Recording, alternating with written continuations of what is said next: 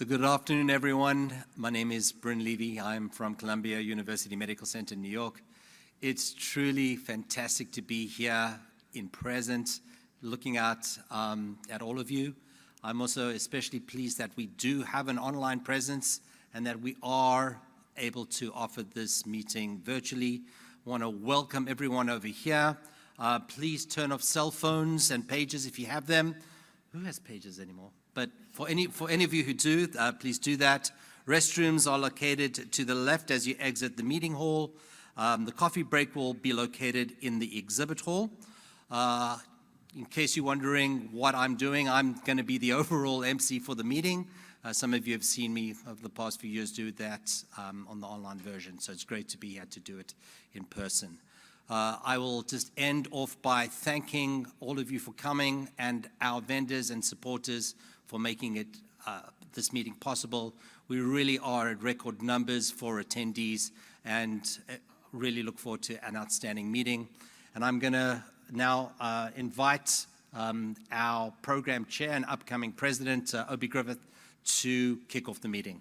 Thank you.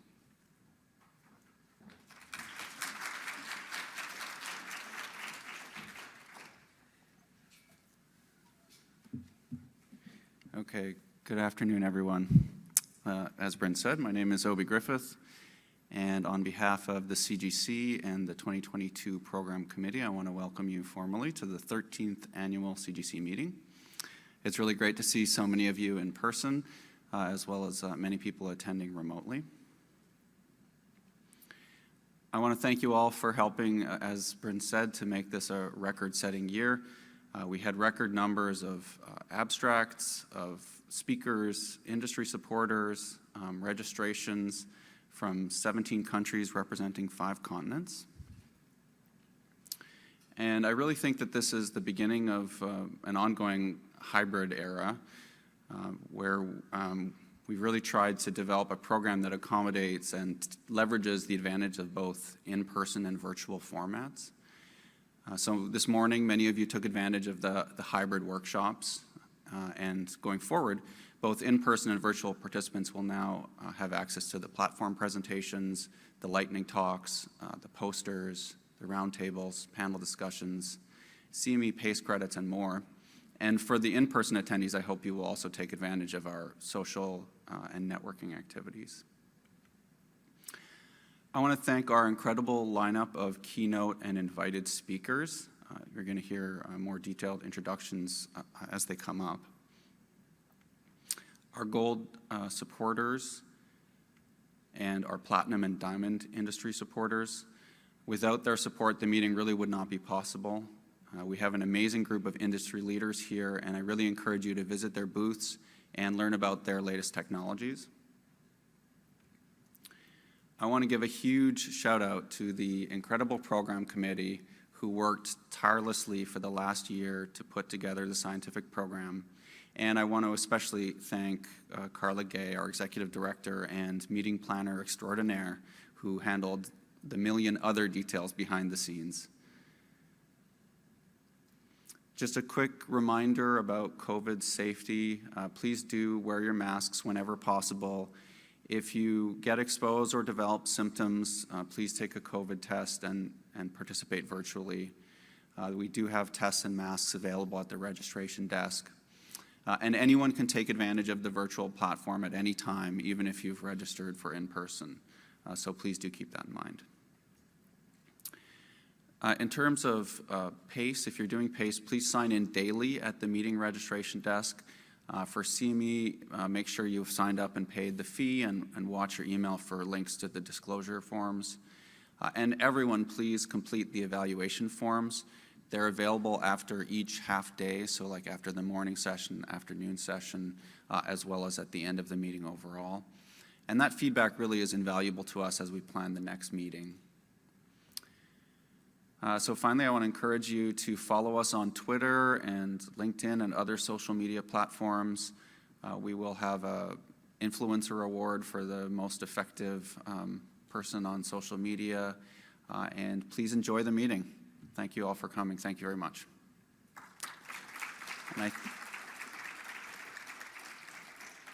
And And I'll hand it off to Patty for the presidential address.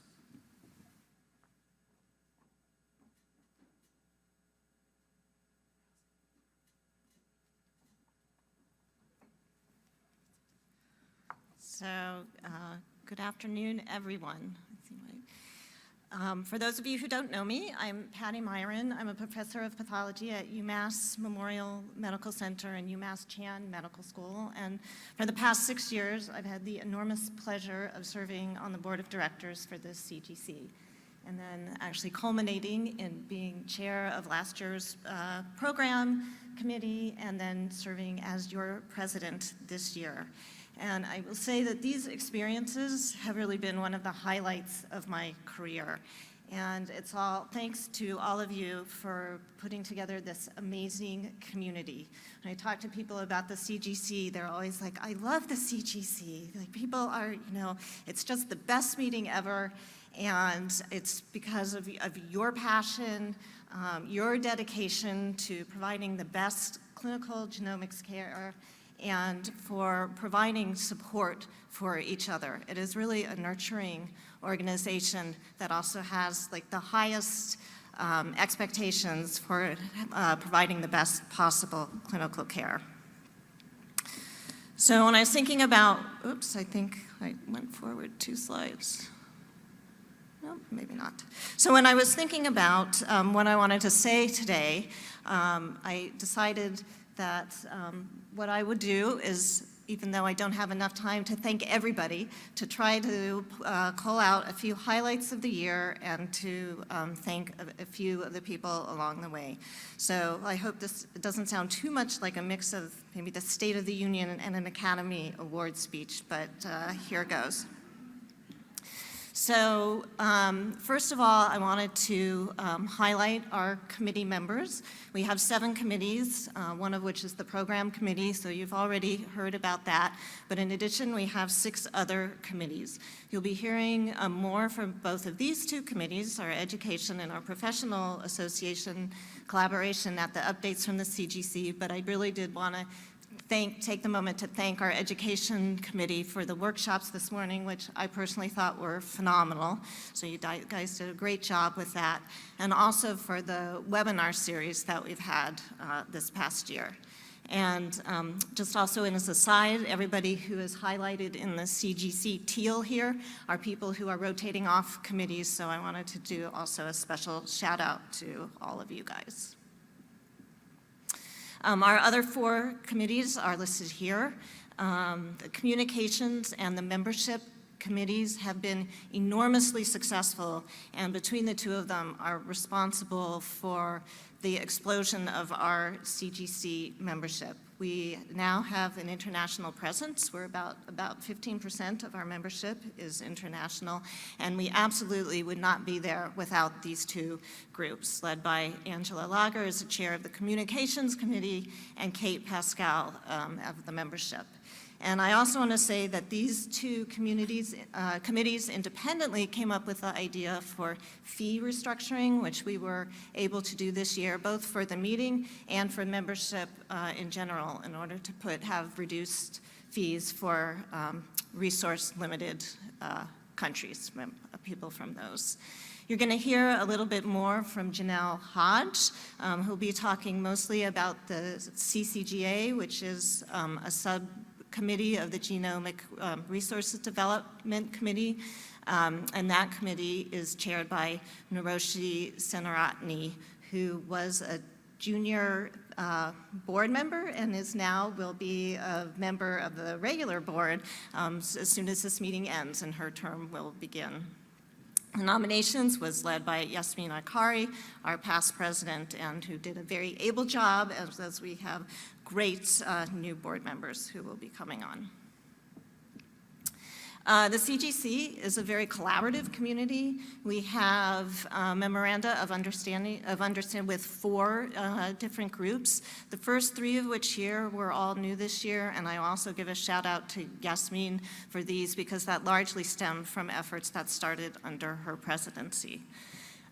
We have the one with the WHO IARC, also a shout out to Janelle Hodge, who has been instrumental in that, and you'll hear a little bit more about that again in the update session.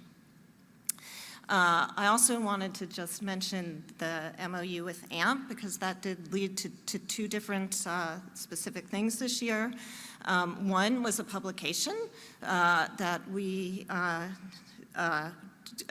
worked with them, or that we've been invited to be on the update for this publication, which is joint with ACMGG, ASCO, and CAP. And now our organization has also been invited to participate in that. We also signed off on a letter to Congress this year regarding concerns about the VALID Act, which relates, for those of you who don't know, which is probably not very many people in this room, to FDA regulation of LDT testing. And we have a special session at the end of this meeting with Eric Koenig, who will be talking about that and implications for many of us in this room. We did have a collaborative effort that led in the publication of a manuscript this year. This was a collaboration with ClinGen and VIX, so I wanted to give a shout out for that as well. We established 3 new committees this year. One is a finance committee, which is led by our treasurer, Jinji Zhu, as well as a development committee led by Bryn Levy. And this sort of reflects the maturity of our organization. We are moving beyond being just a meeting organization, and we are getting involved in a lot more activities, so we are starting to shore up some infrastructure. We also have a new early career committee, and this is led by what I think Carla originally dubbed as our 3 musketeers, Kalanin Krisiak, Niroshi Sinaratni, and Rebecca Smith, all of whom were junior board members. Rebecca is currently a member, and she will be rotating off. And the 3 of them have been just, enthusiastic about this, and we are really happy that their efforts have culminated in a full committee. And KK wanted me to remind everybody that we actually will have a professional photographer at the social event on Monday, so please come and meet people, and you can get a free headshot. And I've been told that you actually can get it all for free if you don't want any edits, but if you want it to be touched up afterwards, I guess you will have to pay for that. But please take advantage of that and come and meet people. In addition to our committees, we also have working groups. We have 7 working groups. These 5 here are disease-centered specific working groups that have largely focused on producing manuscripts on best practices for genomic testing. Our other 2 working groups are the CCGA, which I have already alluded to, but I'm going to take a moment to really acknowledge Janelle Hodge, who has just devoted so much energy and passion and has really been the impetus behind this effort. And surely without her, this effort would be nowhere near where it is. So thank you, Janelle. I just really recognize all that you have done for that. Also, a quick shout out to Beth Patel for her work on gene lists and maintenance of gene lists to aid in the cancer genome interpretation. So I think there is a manuscript that's sort of in the making there that is about to come out in terms of actually how to make these gene lists and protocols for how you should do that. So hopefully we will see that this year. And I realize I forgot to say that our lymphoma working group, hot off the press, just had their manuscript accepted either last night or this morning. So congratulations to that working group as well. I just wanted to say a little bit more about working groups in general. One of the things that we did this year was we are revamping we did revamp, you haven't seen that yet because that's also hot off the press, but the procedures for forming a working group. So traditionally, these have all come out of the roundtables, and they have led mostly to these efforts that I've just described, either the manuscripts or the gene lists. But we really would like to expand that. And so if you have ideas for other sorts of educational things that would help our community. They don't necessarily have to result in a publication. It could be a support group. It could be, I think Tui Feng was the one who thought that it might be good to like try to put together something to help small groups, people who are in like small community hospital settings. How would you start up a lab that was doing NGS? So if you have ideas like that you think would be, good to have a working group and support in the community, we encourage you to submit those. We now will have a process, and that will be posted on the website about how to go about doing that. So please, if you have other ideas, we encourage it, and we would like to support other work groups as well. And then it was Tui, Trevor, Rebecca, and I who worked on these new SOPs.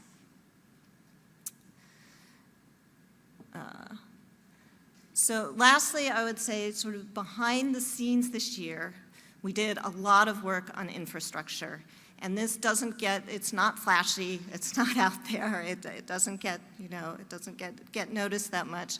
But we really needed to do it because we're an organization, like I said, that basically stemmed from being a meeting organization to now we are starting to really grow. And I see Dana like congratulating Marilyn Lee here. This is her baby, and it has truly taken off. I mean, just look at all of you who are here, and we are just on the cusp of just like exponential expansion. So this year, sort of as president, I worked closely with Carla Kay and to sort of take a step back, look at all of our projects, our programs, and start to get poised to put the infrastructure in place to get poised to really take off from here. And so just a small tip of the iceberg for some of the things we did. I wanted to thank Fatty McHale, who's our current secretary, and Alka Chowbey, who was our past secretary, for working on a bylaws update. For Jinji for putting together a fiscal policies and procedures. And then I also wanted to mention, I hope many of you were able to take advantage of our new volunteer process. We made that more formalized this year, more organized. We had a real call for volunteers. We had so many talented people apply through that volunteer process.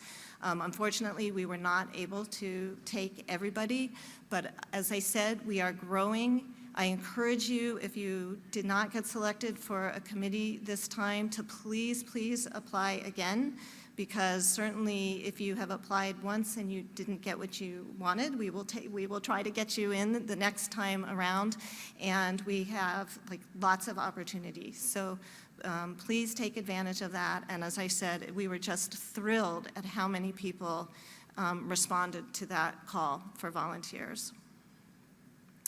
So lastly, I wanted to, we would not be where we are today without Carla Gay. So many of you know her from the meeting. She's a meeting planner extraordinaire, but she is also our executive director. And she is really the one, the presidency is only, 1 year. She is really the one who is the glue behind the scenes and the glue to this organization. And it's just been a great pleasure for me to have worked closely with her these past 2 years. And she deserves, an amazing kudos and recognition for all that she has done for this organization. She's passionate about it, and we would not be where we are today without her. And then she is ably assisted by a small staff. These are all part-time people, Jenna Unreth, Emily Rosenthal, and Ashley Clow. So I think that's it for me. We can now let the real show begin. And I just want to thank you again for the opportunity to have served as president this past year.